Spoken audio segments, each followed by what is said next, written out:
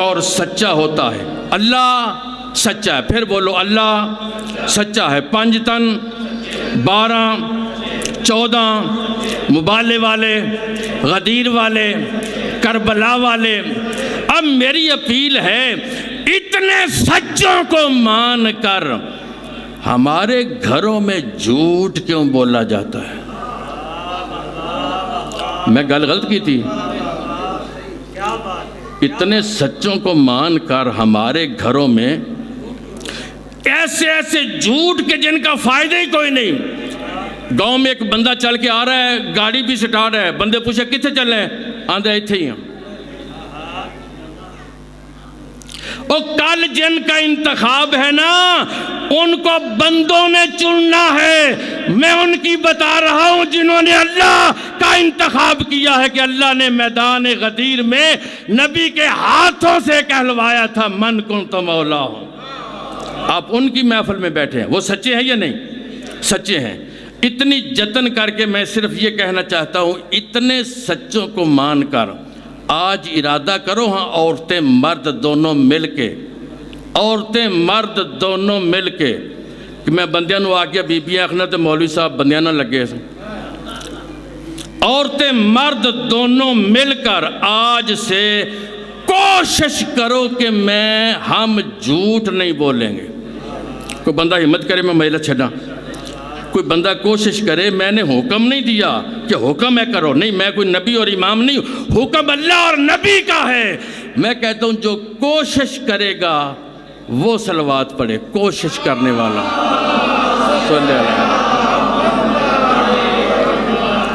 وسلم۔ کوشش اچھا بندے پڑھی اینی کوئی میں، چلو اگلے جمعے شروع کر لیں گے۔ اینی پڑھو کہ مجھے پتہ لگے آج میں میرے سمیت اللہم صلی علی۔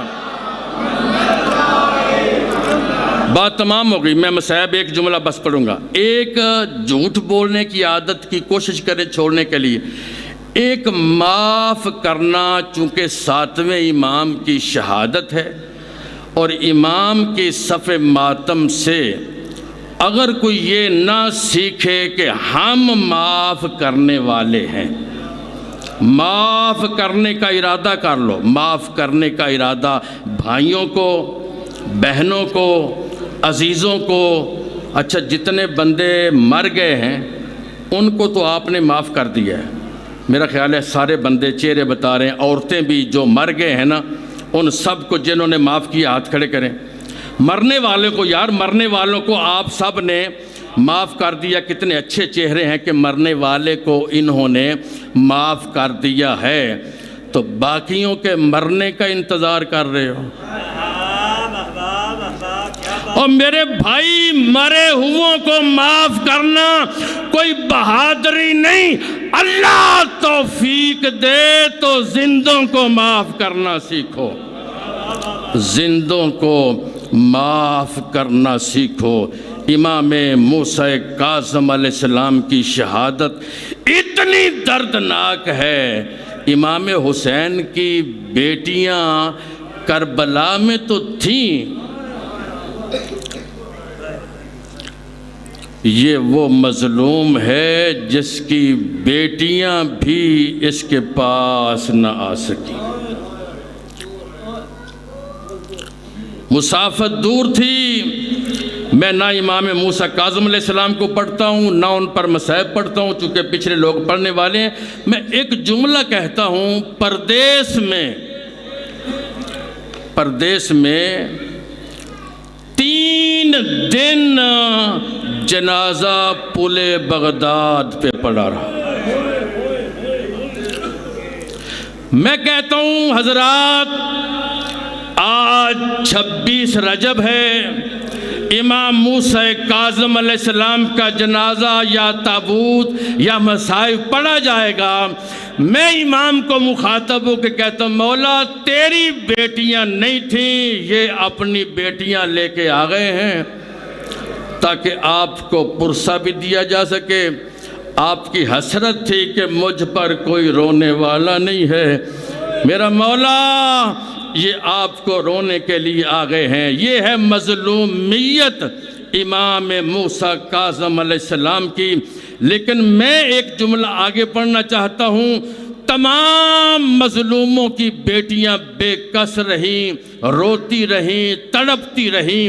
ایک امام کی بیٹی ہے جس کا نام زینب ہے، جو اپنے وطن سے بھائیوں کے ساتھ گئی تھی۔ امن نبھا کر جب اپنے ہی وطن آئی ہے نا، امام سجاد ساتھ تھے، بی بی نے کہا بھائی بیٹا یہ دیکھو کوئی شہر آیا ہے۔ امام فرماتے ہیں پھوپھی اماں جانتی نہیں یہ مدینہ ہے۔ میں جملہ تو پڑھ گیا ہوں، میں تو جانتی نہیں یہ مدینہ ہے۔ تڑپ کے بی بی کہتی ہے سجاد میں نے کبھی باہر سے مدینہ دیکھا تھا، میں نے کبھی مدینہ دیکھا تھا باہر سے، جب مجھے پتہ چلے یہ مدینہ ہے۔ میرے ساتھ لیاقت بلوچ صاحب تھے مدینے میں۔ جب ہمارا کاروان وہاں پہنچا تو اس وقت ایک جگہ جنت البقیع کے دور کر کے قافلہ اتارا۔ ارشاد بلوچ کہتا ہے قبلہ یہاں حسین کی بہن نے بھائی کے یتیم اتارے تھے۔ اس جگہ پر بی بی نے بھائی کے یتیم اتارے تھے۔ یہ فاصلہ اتنا ہے جتنا کربلا میں حسین کی کرسی سے لے کر اکبر کے لاشے تک تھا۔ اب قرآن تو میں اٹھاتا نہیں ہوں، وہ کہتا ہے چند قدم بی بی چلی، پھر زینب اکبر کے لاشے پہ بیٹھا تھا۔ چلتی چلتی اپنے نانے کی زری پر، بیویوں مجھے معاف کرنا، زینب نے ایک جملہ کہا نانا تیرے شہر میں زینب زندہ آ گئی۔ نانا تیرے شہر میں زینب زندہ آ گئی ہے۔ رونے والوں آخری فکرہ چھوڑ کے کانپ جاؤ گے۔ نانے کی زری پر بیٹھ کے بہن کرنے لگی، تڑپ تڑپ کے رونے لگی، آواز دے کے کہتی ہے نانا